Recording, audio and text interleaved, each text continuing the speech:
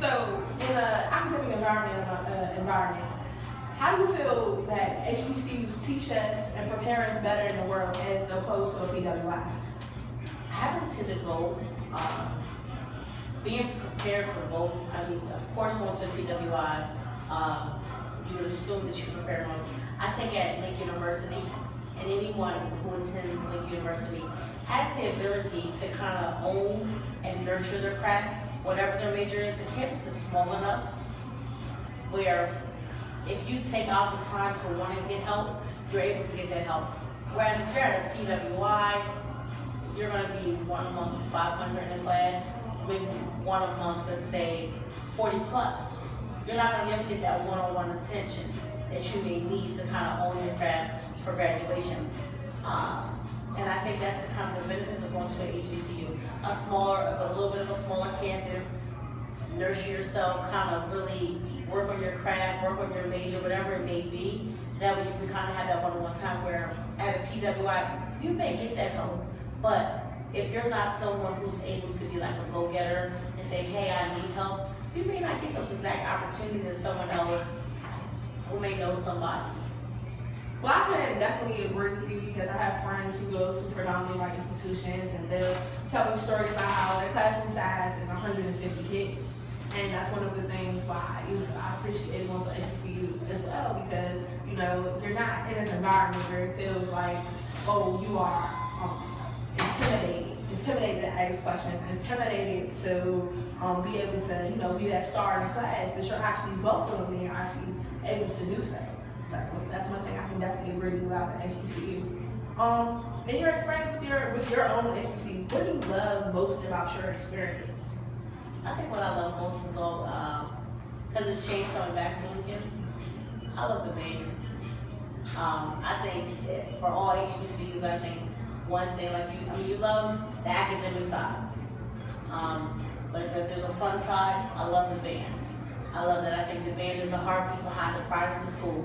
I like that. If we're looking at the academic side, I love the fact that I learned about my history. I learned everything that I was taught wrong, right. I love the fact that I'm learning more and more of the rich culture of my people and my culture and my people that I come from. They just start from slaves. We have such a history that goes far back and that has been tapped into other cultures. So I think that's what I love most about attending HBCU, educating myself. For a lot of times in our communities, we're not educated on, that we created this person and the greatness that we have and that sits within us. Well, you talked about greatness. So if there was anything that you could improve in, your school or anything that you could improve in just the HBCU lifestyle in general, what would it be? I think money. Always making sure that enough programs are set up to encourage African American students and all to attend, to get the experience. I can tell you that 1 year at a HBCU will change your life forever. So definitely having to be able to say, let's create a foundation to have money and scholarships. If everyone who graduated created a $1,000 scholarship, and the campus is only 1,000, and those people who did graduate, every student would have loans. So I think that's what I would encourage, and if I can change anything, just to make sure that we more funding going into HBCUs nationwide.